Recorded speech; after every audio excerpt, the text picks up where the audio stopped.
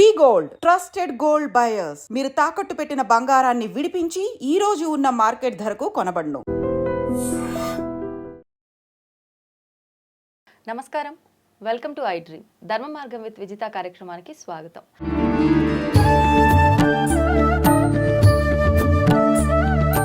ప్రస్తుతం మనతో పాటు ఉన్నారు ప్రముఖ జ్యోతిష పండితులు, ఆధ్యాత్మికవేత్త సుభాష్ శర్మ గారు. ఇప్పుడు వారితో మాట్లాడదాం. నమస్కారం గురుగారు. శ్రీమాత్రే నమః. గురుగారు, మామూలుగా భగవంతుడికి నైవేద్యంగా ఏది పెట్టినా ఆయన అనుగ్రహిస్తాడని అంటుంటారు. అంటే ఏదైనా పెట్టొచ్చు.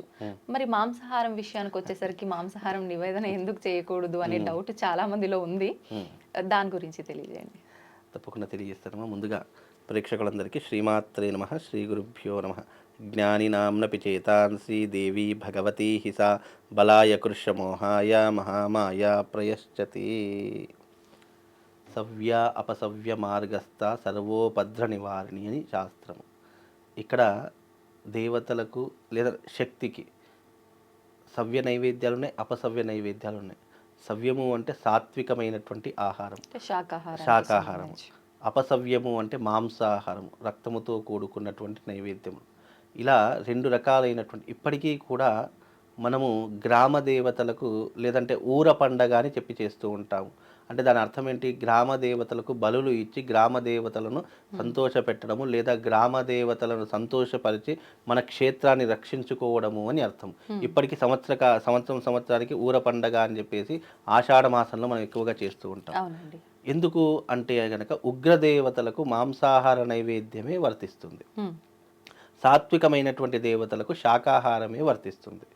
ఇక్కడ చాలా మందికి తెలియనటువంటి విషయం ఏంటంటే, ఇప్పటికీ కూడా కొన్ని దేవాలయాల్లో కానీ కొన్ని క్షేత్రాలలో కానీ మద్యము కానీ మాంసము కానీ ఇప్పటికీ కూడా నైవేద్యంగా సమర్పించేటటువంటి దేవాలయాలు చాలా మట్టుకు కనిపిస్తుంది. మీరు అస్సాం, గౌహతి లాంటి ప్రదేశాలకు వెళితే కనుక అక్కడ అందరూ కూడా దశమహావిద్యలలో ఉన్నటువంటి దేవతలు ఎక్కువగా కనిపిస్తూ ఉంటారు. అలాంటి దేవతలకు మద్యము, మాంసము, మైథునము, ముద్ర ఇవే ప్రధానంగా అక్కడ అమ్మవారికి సమర్పించేటటువంటి నైవేద్యాలు. కాశీలో కూడా కొన్ని క్షేత్ర అంటే కాశీ లాంటి ప్రదేశాల్లో కూడా కొన్ని శివాలయాల్లో కూడా మాంసాహారాన్ని పెడతారని శాస్త్రం. భక్త కన్నప్ప కూడా మాంసాహారాన్ని శివుడికి నైవేద్యంగా పెట్టినటువంటి వాడే. అంతకని చెప్పి శివుడు ఏదో మాంసాహారం తింటాడు అనేటటువంటిది కాదు ఇక్కడ. ఎప్పుడైనా గమనించుకోండి, భగవంతునికి నివేదన చేసింది మనము ప్రత్యక్షం కాదు, పరోక్షంగానే పెడుతూ ఉంటాం. అంటే ఏదో భగవంతుడు తింటాడు అని కాదు, మన భక్తి భావన చాటుకోవడానికి భగవంతుడు ఏది పెట్టినా తింటాడు అంటే ప్రత్యక్షంగా వచ్చి ఏది స్వీకరించడు, చూపుతో ఆరగించడం అనేటటువంటిది ఏంటి?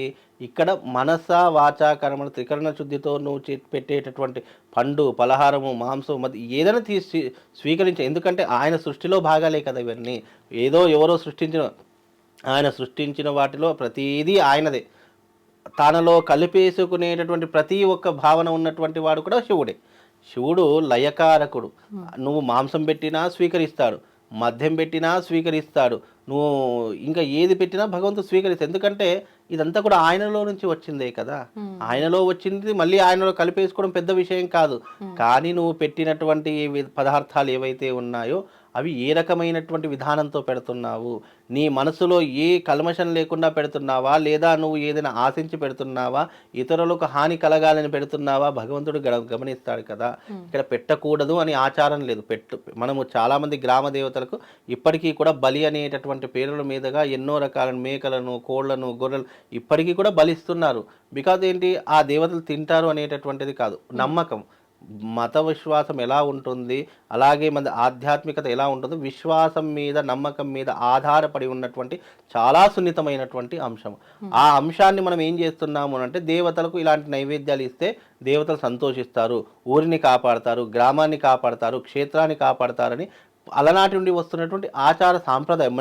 నేనే కాదు, మా తాతలు పుట్టకముందు నుంచి ఇలాంటి సాంప్రదాయాలు వస్తున్నాయి. దీన్ని కొత్తగా కాదు అనడానికి లేదు కదా. కాబట్టి ధర్మమునందు, శాస్త్రమునందు ఉన్నటువంటి విధానాలే ఇప్పటికీ కూడా చెప్పడం జరిగింది. కొన్ని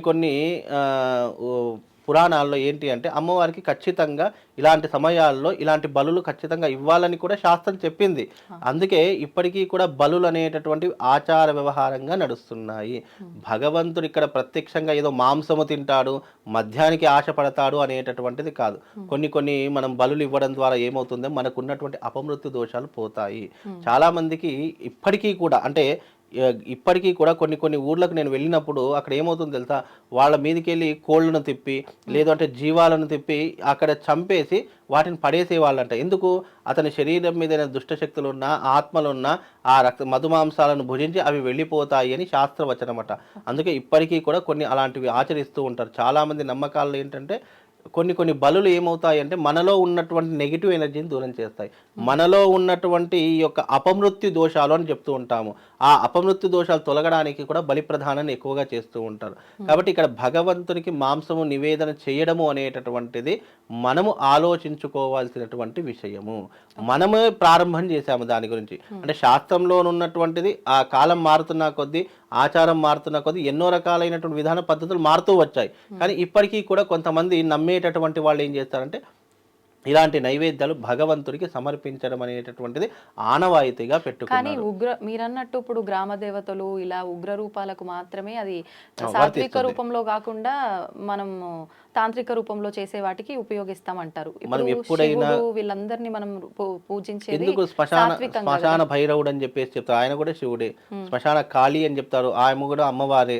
అంటే ఇక్కడ శివుడి యొక్క తత్వాల్లో కూడా ఉగ్ర భైరవుడు అని ఉంటారు, అలాగే శ్మశాన భైరవుడు అని అన్నారు, ఉన్మత్త భైరవుడు అని ఉంటారు. వీళ్ళందరూ కూడా శివస్వరూపాలే. కానీ వాళ్ళు ఆచరించేటటువంటి విధానాలు పద్ధతులు వేరే రకంగా ఉంటాయి. తత్వం అంటే శివుడి యొక్క రూపాలు అనేక రకంగా ఉన్నాయి. అందులో ఉగ్ర రూపాలు ఉన్నాయి, అలాగే సాత్వికమైనటువంటి రూపాలు కూడా ఉన్నాయి. అవి చాలా తక్కువ చోట్ల జరుగుతాయి. అలా మాంసాహారం పెట్టేటటువంటి, మద్యం పెట్టేటటువంటివి, ఇలాంటి కళ్ళు నైవేద్యం పెట్టేటటువంటి చాలా తక్కువ శాతంలో ఉంటాయి తప్ప మీకు చాలా తక్కువ అవి కనిపించాయి, ఎక్కువగా ఉండవు. ఇప్పుడు అంతెందుకు, ఇప్పుడు ప్రతి ఒక్క శివాలయంలో స్వామివారికి చక్కగా పళ్ళు పలహారాలు పెట్టడం చూస్తాము తప్ప అవి పెట్టడం అనేది చాలా రేర్, కనిపించవు అవి. కాబట్టి అంటే పెట్టేవాళ్ళు పెడతారు. అవి ఎవరు పెడతారు? క్షుద్రం నేర్చుకునేటటువంటి వాళ్ళు, తంత్రం నేర్చుకునేటటువంటి వాళ్ళు, అలాగే ఈ యొక్క మంత్రశక్తిని అవపోసన పట్టేటటువంటి వాళ్ళు, సాధన చేసేటటువంటి వాళ్ళు. అంటే ఎవరినైనా సరే ఏ రకంగానైనా సరే ఈ ప్రపంచాన్ని జయించాలి అనేటటువంటి కోరిక కలిగినటువంటి వాళ్ళు ఇలాంటివి ఎక్కువగా ఆచరించేటటువంటి వాళ్ళు ఉంటారు. ఆ ఉన్నటువంటి వాళ్ళు మన కంటికి కనిపించరు. వాళ్ళు ఎక్కడ ఏదో శ్మశానంలోనో లేదా జనారణ్యం లేనటువంటి ప్రదేశాల్లోనో లేదా అడవి ప్రదేశాల్లోనో ఎక్కువగా సంచరిస్తూ ఉంటారు. అప్పుడప్పుడు అక్కడ మనకు చనిపోయినటువంటి కళేబరాలు కూడా కనిపిస్తూ ఉంటాయి, అంటే ఈ జీవ జంతువులవి.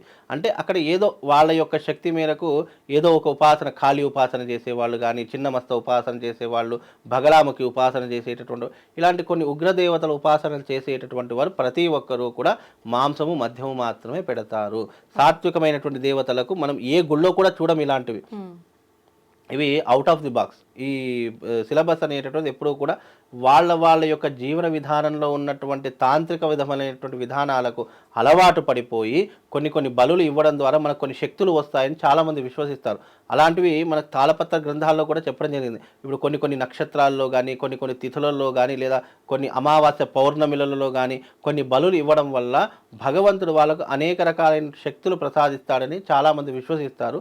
అవి కూడా పురాణ గ్రంథాల్లో ఉన్నాయి, అవి తాంత్రిక విధానంలో ఉన్నాయి. అంటే క్షుద్రము, ఎవరైతే ఈ సమాజానికి చెడు చేయాలి అని ఆలోచిస్తారో వాళ్ళ యొక్క పూజలన్నీ కూడా క్షుద్ర పూజలు ఉంటాయి. ఇప్పుడు ఇలా తాంత్రిక రూపంలో చేసి మాంసాహారం ఇలాంటి నివేదన చేసిన పూజలు తొందరగా రిజల్ట్ వస్తాయి అని చెప్పి, సాత్విక రూపంలో చేసే పూజలకు నిదానంగా రిజల్ట్ వస్తుందని చెప్పి అంటారు. అది వాస్తవం? 100% వాస్తవం. ఎందుకంటే సాత్వికమైనటువంటి రూపాల్లో ధర్మబద్ధమైనటువంటి కోరికలు ఉంటాయి. ఈ కలియుగంలో అధర్మానికే ఎక్కువ ప్రాధాన్యత ఉంది, ధర్మానికి చాలా తక్కువ ప్రాధాన్యత ఉంది. ఇక్కడ ఉగ్రదేవతలు మనం చేసి ఆ తొందరగా ఫలితం ఇస్తాయంటే చేసే సాధన కూడా అంత కఠినంగా ఉంటుంది కదా. మళ్ళీ చేయటంలో లోపం వస్తే అదంతా తిప్పి కొట్టడం కాదు, మనిషి సర్వనాశనం అయిపోయి అక్కడే రక్తం కక్కుకొని కూడా చచ్చిపోతాడు. అలాంటి విధానాలు ఉంటాయి. తాంత్రికము, క్షుద్రము అనేటటువంటిది ఏదో మనం ఇప్పుడు మీరు అన్నారు అంటే ఈ క్షుద్రంలో ఎక్కువ తొందరగా రిజల్ట్ వస్తుంది, దీంట్లో ఆలస్యం వస్తుంది. అంటే దీంట్లో లోటుపాట్లు జరిగిన, తప్పు ఒప్పులు జరిగిన భగవంతుడు క్షమించేటటువంటి తత్వం ఉంటుంది. ఉగ్రదేవతలకు అలా కాదు. కన్న కొడుకైనా సరే నువ్వు ఏదైనా లోపం చేసావంటే అమాంతం మింగేస్తుంది. కాబట్టి క్షుద్రము, తంత్రము అనేటటువంటి అవి out of the box, syllabus box. ఎందుకు అంటే అవి ఎప్పుడైనా కూడా ఏ చిన్న లోపం జరిగినా, ఏ రకమైనటువంటి ఇబ్బంది జరిగినా అవి మన వంశాన్ని, మన జీవితాన్ని నాశనం చేసేటటువంటి విధానాలు. అందుకే వాటి జోటికి ఎవ్వరు కూడా వెళ్ళరు. అంటే దీన్ని బట్టి ఇప్పుడు మనం అర్థం చేసుకోవాల్సింది ఏంటంటే ఏదైనా ప్రాంతాన్ని బట్టి, కుటుంబాన్ని బట్టి ఒక ఆచారం కొనసాగుతూ ఉంటుంది. 100%. దాన్ని ఫాలో అవడం ఉత్తమం. ఎవరేది చెప్తే అది ఫాలో అవడం కన్నా ఇప్పుడు తొందరగా జరుగుతుంది కదా అని చెప్పి దాంట్లో అడుగు పెట్టామనుకోండి, అంతే తొందరగా నువ్వు కూడా నాశనం అయిపోతావు. ఎందుకంటే నువ్వు తొందరగా జరుగుతుందని ఆలోచిస్తున్నావు తప్ప దానికి పాటించే విధానాలు కూడా అదే రకంగా అంత కఠినంగా ఉంటాయి. ఇందులో కఠిన నియమాలు ఏమీ ఉండవు. నువ్వు పాలు, పళ్ళు, పలహారాలు ఏవైతే సాత్వికమైనటువంటి రూపాలకు నువ్వు అందిస్తావో అవి ఆలస్యం అవుతుండొచ్చు, కానీ తప్పకుండా జరుగుతుంది. దాంట్లో అయినా దీంట్లో అయినా వెనక ముందు తప్పకుండా ఆ భగవంతుడి యొక్క అనుగ్రహం మనకు ఉంటే ఏ కోరికైనా నెరవేరుతుంది. కానీ అందులో తొందరగా ఎందుకు నెరవేరుతుందంటే సాధన కఠినమైనటువంటిది ఉంటుంది.